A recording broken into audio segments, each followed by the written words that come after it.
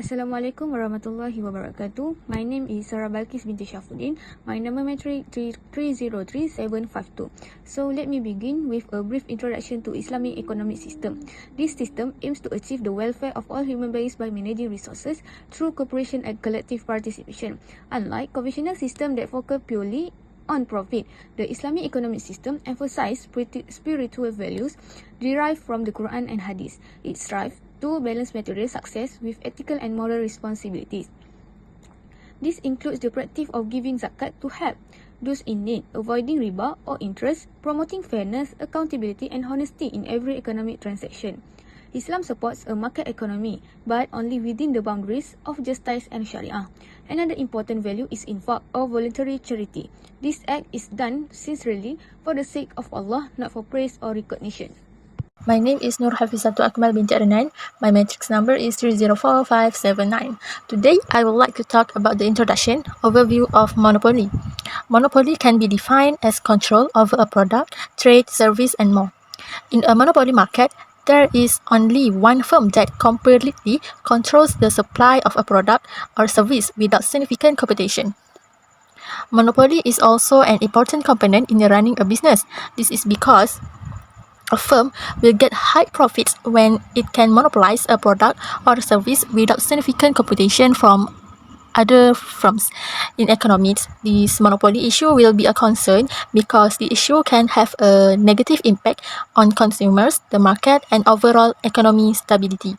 There are four several forms of monopoly in Malaysia. The first is a natural monopoly, which occurs when there is only one firm that can provide goods or service more efficiently and effectively. For example, Tenaga Nasional Berhad (TNB) provides electricity supply exclusively in Peninsular Malaysia.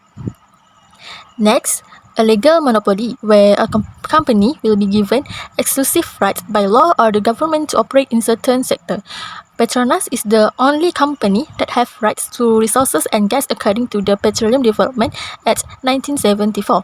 In addition, technology monopoly is also one form of monopoly that exists in Malaysia. Technology monopoly means that a company can dominate the market because it has a unique or sophisticated technology. For example, Digital Nasional Berhad (DBN), which has been given exclusive rights to develop the 5G network in Malaysia.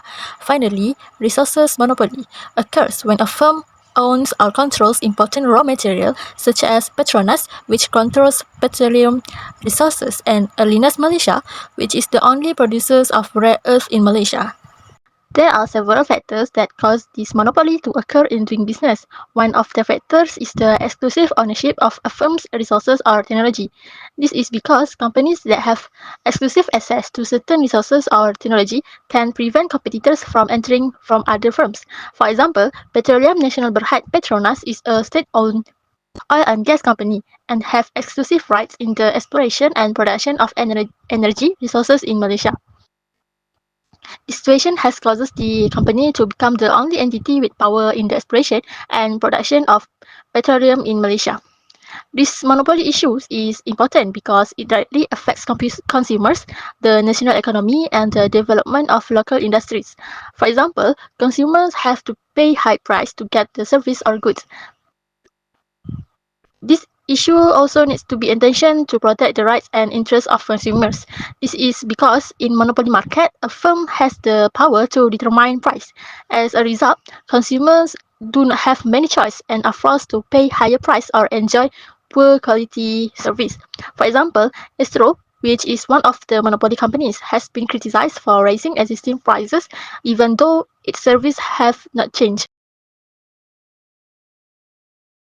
My name is Nurliana Iziani binti Razmi. My metric number is 3033977. Microeconomic theory. According to Fatah 2016, the meaning of monopoly in Islamic economy is referred to the act of deliberately hiding or storing goods, especially when there is a shortage, with the aim of raising prices and making excessive profit.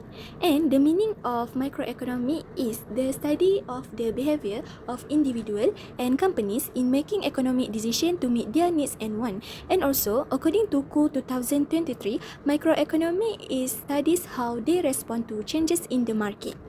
My name is Mashita binti Abdul Halim, 3033914. The first of monopoly issue through microeconomic theory is price of basic goods are monopolized. Rising cost of living causes emotional stress and may lead to crime, family breakdown, and social issues. In rural areas, lack of competition allows grocery stores to raise prices freely, burdening local. Malaysia's economy is exposed to al-ihtikar, monopoly of essential goods, trapping people in poverty. Monopoly risks increase when only selected parties control import-export activity. The economic system should follow Islamic principles to ensure fairness and avoid exploitation. From government action is abolishment of food import permit (AP) from Sinar Harian May 2022, allows open competition, lower prices, wider market, better efficiency. Second is 2025 budget focus from Berita Harian August 2025. PM Anwar priorities reducing cost of living via cross-ministerial collaboration. In conclusion of this issue is the government is committed to protecting consumer rights and ensuring a fair system without monopoly element. The second monopoly issue is monopoly in the service market and business sector. It is focused on Tenaga Nasional Berhad (TNB). Tenaga Nasional Berhad (TNB) is the sole monopoly company in the electricity supplier sector in Malaysia and hold market power to set electricity tariff rate for consumers, including small and medium-sized industries. In the context of microeconomic, the issue being discussed is the rising input costs for small and medium enterprises (SMEs). Small and medium enterprises (SMEs) are the sector most affected by the increase in electricity tariff, especially in the manufacturing and service industries, as electricity is one of the main fixed costs in business. After that, small and medium enterprises (SMEs) have been forced to increase sales prices to consumers, reduce employee salaries or reduce workforce, and temporarily cease operation. For example, according to bernama Petaling Jaya News on December 30, 2024, the Malaysian Plastic Manufacturers Association (MPMA) expressed concern that the 14% increase in electricity tariff by Tenaga Nasional Berhad (TNB) has had a negative impact on local plastic manufacturers. Generally, Tenaga Nasional Berhad (TNB) is the sole electricity provider in Peninsular Malaysia, as exhibiting monopolistic characteristics that significantly impact consumers and the business sector, particularly small and medium enterprises (SMEs). The absence of competition in this industry allows TNB to set electricity tariff without market pressure, which can directly increase operational costs and reduce the competitiveness of SMEs. The third monopoly issue is service monopoly in the water industry. It is focused on Air Selangor. Air Selangor is an example of a natural monopoly in the water supply sector in Malaysia, especially in the Selangor, Kuala Lumpur and Putrajaya area. The company holds the position of the only supplier of clean water in the area. In terms of demand and supplier, Air Selangor is the only supplier of treated water in Selangor, so residents will always use the water even if the price of water increases. Because Air Selangor has no competition, since there is no alternative supplier, residents have no other choice but to depend on Air Selangor. Therefore, the problem of Air Selangor affects residents such as not being able to carry out daily activity that depend on water, such as bathing, washing clothes, cooking, and so on, while it can cause the risk of disease. According to an article from Isra Awani titled RMK12, Selangor resident hope WST 2040 can be implemented immediately, indirectly show the monopoly situation faced by Selangor residents in the water supplier sector. Air Selangor is the only supplier of treated water in the state, leaving consumers with no other alternative in the event of a service disruption. This situation reflects the main characteristic of monopoly in microeconomic theory, where firms have full market power and consumers are forced to rely entirely on one supplier. The repeated water supplier disruption as reported in the article indicate the potential for efficiency in management, which is one of the weaknesses of a monopoly market structure when there is no competition to drive improvement. Therefore, government intervention through the implementation of a long-term plan such as WST 2040 is very important to ensure that this monopoly does not affect consumer welfare and can provide more efficient and quality water services. The fourth issue is Telekom Malaysia is not a telecommunication monopoly. Telekom Malaysia (TM) provide various communication services including mobile network, Wi-Fi, internet and data center. TM is often perceived as a monopoly because it has significant control over telephone and internet infrastructure in Malaysia. This control allows TM to influence pricing, tariff, and service standard, which lead to assumption of monopolistic behavior. Clarification from TM, Berita Harian, 13 July 2020. TM infrastructure development is driven by national interest and public demand, not for profit or monopolizing the market. The CEO of TM clarified that monopoly claims are baseless and misleading. TM operate different from other corporate players where its main focus in national development in telecommunication, not purely profit-driven goal. The company mission is to support Malaysia digital and communication infrastructure aligning with government initiative. Multiple telecommunication companies operating in Malaysia. For example, is Maxis, Celcom, Digi, U-Mobile. This company compete in offering mobile data, internet packages, and other services. This shows that TM does not have inclusive control over the industry and that healthy market competition exists. For conclusion on this issue is, although TM plays a major role in the telecom sector, it is not a true monopoly. Its establishment and operation are intended for national benefit and the market remain open to other competitors. The last issue is Bernas monopoly. Issue, challenges and the future of the rice industry. Rice is the staple food for Malaysians. Managing its supply is crucial for price stability and the well-being of low-income group. Padi Beras Nasional Berhad, Bernas, has held monopoly right over rice import and supply since its privatization in 1996. Concern raised. There are increasing calls to review or end Bernas monopoly to promote healthier market competition and protect the interests of rice farmer and consumer. The critics argue that a monopoly limit market efficiency and may marginalize small-scale farmer. For legal and economic risk is Muammar Gaddafi Muhammad Nasir, Communication Director Amanah Terengganu, warned that ending Bernas concession prematurely could lead to legal action and heavy compensation claim against the government. Bernas currently manages buffer stock and purchases padi from local farmers. Without a strong regulatory mechanism, abolishing the monopoly could cause price instability and supply shortage. In political view and recommendation, Wan Muhammad Zuhair Ghazali UMNO suggests dismantling Bernas monopoly and introducing new industry players to enhance competition. The monopoly system affects small-scale farmers, especially in terms of price assurance and fair competition with largest companies. The historical context and final thoughts is the rice monopoly issue is not new. It began during the Barisan Nasional (BN) government era. Any effort to address this issue must be comprehensive, well-regulated, and free from political polemic. Next, I will explain the prohibition of monopoly in Islam. Islam strictly forbids monopolizing essential items such as food, clothing, and other basic necessities. This is because monopolies can cause harm to society by reducing supply and raising prices, especially affecting the poor and vulnerable. The Prophet Muhammad strongly condemned such behavior in one hadith. He said monopoly is only practiced by those who are guilty. This hadith highlights the seriousness of the issue and shows that Islam encourages fair competition and access to goods for everyone. Next, I will explain about the concept of ihtikar. Ihtikar refers to the act of hoarding goods and delay their sale to manipulate prices in the future. This often leads to market disruption and unfair hardship, especially for those who depend on this good for daily survival. This concept doesn't only apply to food. It includes all essential goods like clothing, livestock, and other necessary items for the community. Islam strictly prohibits any form of ihtikar because it contradicts the principle of justice, fairness, and public welfare. Every action in the market should be done with honesty and consideration for others. My name is Nur Arina Shamimi binti Abdul Rahman. My metric number 303915.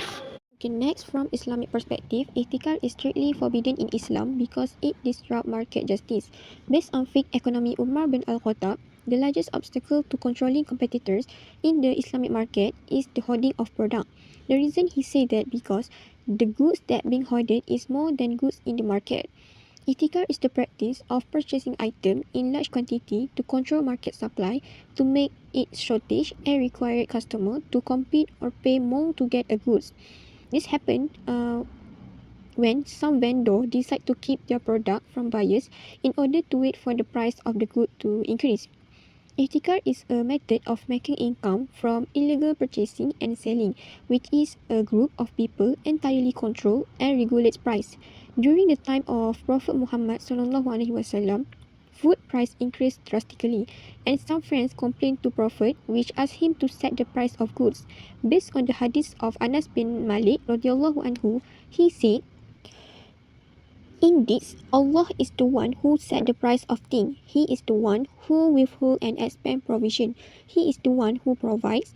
Indeed, I hope to meet Allah in a state where none of you will accuse me of injustice against blood and property." Just like Prophet Muhammad SAW did not want to restrain traders by taking away their rightful share, when price increased, he also did not want traders to use ihtikar method to oppress people until the price of basic need increase and purchasing power decrease. Next is the difference between monopoly, hoarding and ihtikar. According to Islam, monopolies, hoarding and ihtikar are the behavior that can lead to injustice and can affect society. Monopoly is a market that involves one party, either an individual or a business, has total control over the production and sale of a good or service. This allows them to set the quantity and price of goods produced while ignoring the law of supply and demand that govern a competitive market.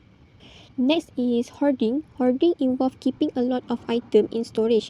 It has two rulings which is acceptable if it is done to prepare for a disaster by reserving food. Second is prohibited if the seller's intention in hoarding goods is to wait for the price to rise.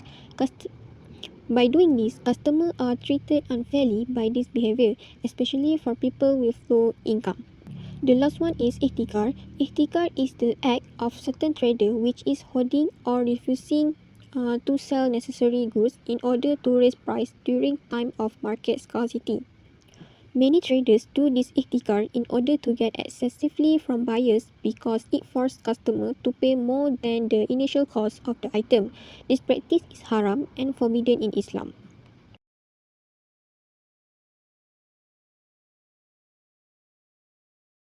Next, I will present about the case study of monopoly. In this slide, have 4 monopoly. The first is monopoly of essential goods. The monopoly of essential goods occurs when certain parties fully control the market, causing price of basic items such as eggs, chicken, and vegetables to become unregulated. This situation has places a burden on the people, especially the B40 income group, who are already struggling with the rising cost of living. To address this issue, the government implemented obstacles under the Price Control and Anti-Profiteering Act 2011 to ensure that traders do not arbitrarily raise prices. Traders are required to comply with ceiling price and use pin price tags. If they violate the rules, they can be fined up to Rm100,000 or imprisoned for up to 3 years. For example, of ceiling price for essential goods, grade A eggs Rm35 cents each, and net standard chicken Rm6.80 per kilogram. Next, red chilies Rm10 per kilogram. This government initiative is crucial to protect consumers and ensure price stability. The second of case study related to monopoly of Tenaga Nasional Berhad (TNB). In Malaysia, Tenaga Nasional Berhad (TNB) is a natural monopoly. This is because the electricity supply industry requires extremely high initial costs such as building power plants, cable system, and transmission powers across the country.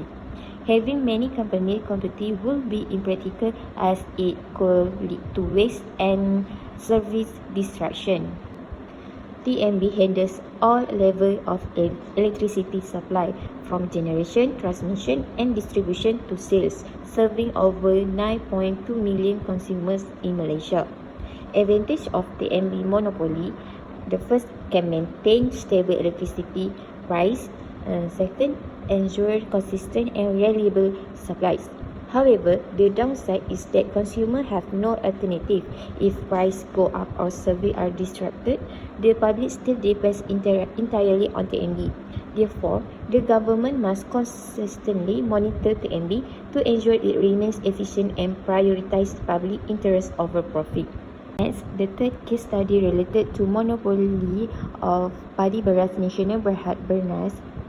Padi Beras Nasional Berhad Bernas has been granted exclusive rights as the sole importer of fish in Malaysia since 1996. Its main responsibilities are to ensure a stable national rice supplies, stabilize rice price, protect the welfare of local farmers. However, economic inequality issues have emerged. For example, in 2020, Bernas paid Rm 670 million in dividends to its shareholders, while the average monthly income of paddy farmers remained below Rm 3,000. Currently, Bernas is fully owned by Tan Sri Sheikh Motta, and although the government holds a golden share, its control over Bernas' operation is very limited. Furthermore, the 5 mandatory social obligations set by the government have not been publicly disclosed, raising doubt about the company's transparency and social commitment. As a result, farmers are forced to sell their crops to Bernas at low price, have no alternative buyers, and suffer from unstable incomes. This situation hinders Malaysia's effort to achieve self-sufficiency in rice production. Lastly, the case study related to monopoly of natural gas industry in Malaysia. The natural gas industry in Malaysia is also a natural monopoly controlled by Petronas and Gas Malaysia Berhad GMB. Under the Petroleum Development Act 1974, Petronas holds exclusive rights to manage gas production and processing. GMB is the sole licensed distributor of gas to non-power sector in Peninsular Malaysia. Due to high investment costs and complex infrastructure, it is difficult for other companies to compete in this industry. However, the lack of competition has led to several issues: low price transparency, no alternative suppliers, limited innovation and service improvement. To address this challenge, the government introduced the third-party access TPA mechanism under the Gas Supply Amendment Act 2016. TPA allows new players to use existing infrastructure to enter the market, promoting competition and encourage private investment. However, several barriers remain: high initial investment costs, complex regulatory environment, policy uncertainty affecting investor confidence.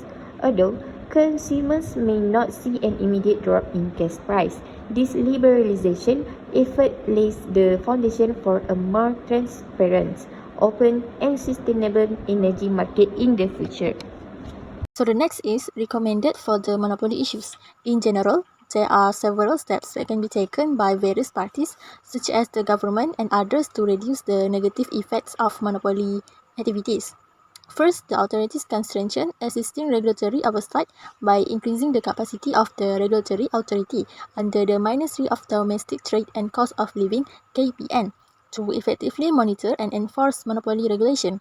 This can also be achieved through investment in technology and data analysis to detect market distortion immediately. Next, the government can also encourage the entry of new companies into the industry. This is to provide opportunities for new companies to market their products to compete with other companies. In addition, the government also needs to strengthen the small and medium enterprise SMEs. This is said because SMEs play a very important role in ensuring healthy competition. Government can provide contribution in the form of money or tools to start a business. A part of that, the government also needs to provide consumers awareness and literacy. the government needs to educate consumers about their rights and provide exposure to the importance of healthy competition. As a result, consumers can identify unfair business practices and make smart purchasing decisions. Finally, the action that the government can take is to monitor and control mergers and acquisition (M&A).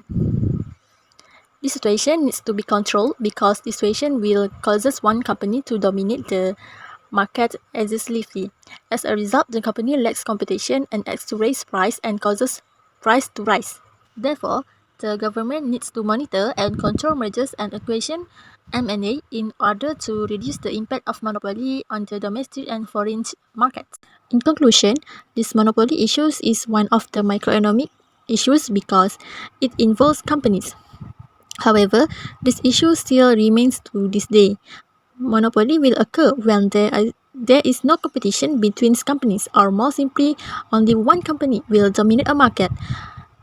So, the monopoly company can set a higher market price and causes price imbalance in the market. There are 4 types of monopolies in Malaysia. The first is natural monopoly, the second is legal monopoly, and third is technology monopoly, and the last one is resources monopoly. Monopoly, herding, and ihtikar practice are among the elements that are prohibited in economic activities. This is because this element will cause operation against consumer. There is a hadith that states the prohibition of practice like this, which means monopoly is only practiced by those who are guilty. So, government needs to take a various action to reduce the impact of high monopolies on consumers, such as the government needs to monitor and control mergers and acquisition (M&A) to reduce the impact of high monopolies on consumers. According to Prophet Hadith, which means, indeed, the merchants will be resurrected on the day of resurrection as evil people, except for those who are pious and do good and are truthful.